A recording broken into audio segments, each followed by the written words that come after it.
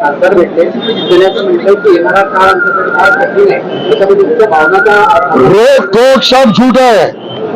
रोक टोक लिहिणाऱ्यांना मी सांगणार आहे, आता तुमच्या लेखाचं नाव बदला. रोक टोकच्या ऐवजी खटाखट त्याच्यावर लिहा आणि जनतेसमोर आम्ही कसं फसवलंय ते सांगा. विधानसभा अध्यक्ष कालच्या मुलाखतीत असं म्हणते की लोकसभेच्या निकालानंतर सगळे जमिनीवरती आलेले आहेत, त्याच्यातून नेमका बोध घेणार का? मला वाटतं त्यांचं संपूर्ण वाक्य ऐकल्यावर मी त्यावर प्रतिक्रिया देईन. विधानसभा अध्यक्ष हे राहायला पाहिजे. मला असं वाटतं की उभाटा सेनेने आपलं नाव रडकी सेना ठेवावं, कारण ज्या वेळेला त्यांना सर्वोच्च न्यायालयात न्याय मिळत नव्हता तर सर्वोच्च न्यायालयावर त्यांनी शंका उपस्थित केल्या.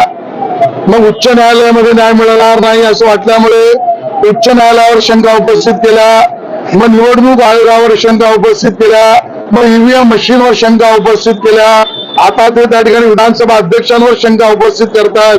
त्यामुळे अशा शंकासुरांनी त्यांचं नाव रडकी सेना असं ठेवावं. देवेंद्र फडणवीस यांच्यावर देवेंद्र फडणवीस महाराष्ट्राच्या राजकारणाला दखलपात्र आता सध्या राहिलेले नाही अशी टीका केली. मला असं वाटतं की संजय राऊत यांच्यावर आता कोणी अदखलपात्र गुन्हा करत नाहीयेत.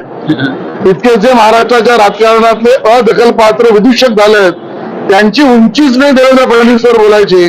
त्यामुळे सूर्यावर थुंकण्याचं काम तुम्ही रोज करा संजय राऊत, तुमच्या तोंडावरच थुंकी उडेल. असत्य बोलणारे, भ्रम पसरवणारे आणि त्या भ्रमाच्या फॅक्टरीचे मालक संजय राऊत यांना पिवळी झाली आहे आणि त्यामुळे त्यांना स्वतःला असलेली सवय खोटं बोलण्याची दुसरेही तसेच करत असतील, अशा पिवळीतून ते बोलतायत. या ठिकाणी महायुतीचा अर्थसंकल्प त्यांच्या पायाखालची वाळू घसरवणारा आहे. महाराष्ट्रातला सामान्य माता भगिनी, युवक, शेतकरी, विद्यार्थी या सगळ्यांना मदत देणार आहे, सुविधा देणार आहे, थेट मदत करणार आहे आणि त्यामुळे येणाऱ्या निवडणुकीत आपला टिकाव लागणार नाही. म्हणून खोटं बोलण्याच्या स्पर्धेतला नंबर 1 चा प्रवक्ता संजय राऊत हे भ्रम पसरवत आहेत. विधानसभा गोळ झाला असं तुम्ही म्हणताय, पण तुमचं रोख नेमकं कुणाकडे? आम्ही या निवडणुकीमध्ये पाहिलं, ज्या वेळेला मतदान चालू होतं त्या दिवशी सुद्धा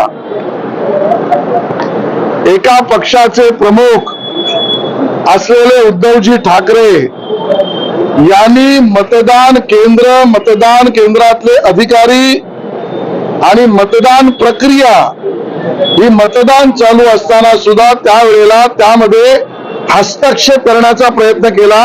नंबर 1, केवळ उभाटा सेनेने हस्तक्षेप केला नाही तर त्या अधिकाऱ्यांना सुद्धा आणि इलेक्शन कमिशनला सुद्धा एका अर्थाने धमक्या देण्याचा प्रयत्न केला की यांची नावं लिहून घ्या, शाखेमध्ये यांची नावं द्या.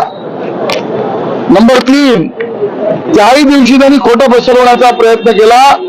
यामध्ये भारतीय जनता पार्टी आणि भारतीय जनता पक्षाच्या सर्वोच्च नेत्यांचा हात आहे की काय, या पद्धतीचा सुद्धा बिनबुडाचा आरोप केला.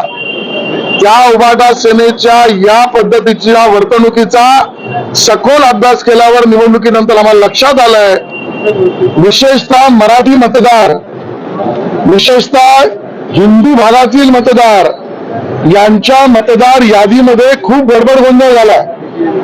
काहींच्या घरातलं एक नाव दुसरीकडेच फेकलंय, काहींची तर डिलिशन झालीत नावं.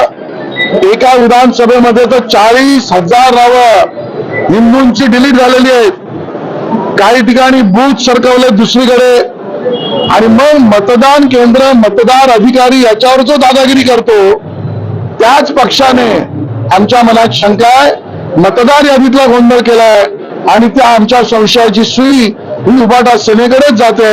या विषयातल्या सखोल चौकशीची मागणी आम्ही माननीय मुख्यमंत्र्यांकडे करणार आहोत. ताज्या व महत्त्वाच्या बातम्या बघण्यासाठी प्ले स्टोअरवर जा, प्रबलभूमी ॲप डाउनलोड करा व या धावपळीच्या जीवनात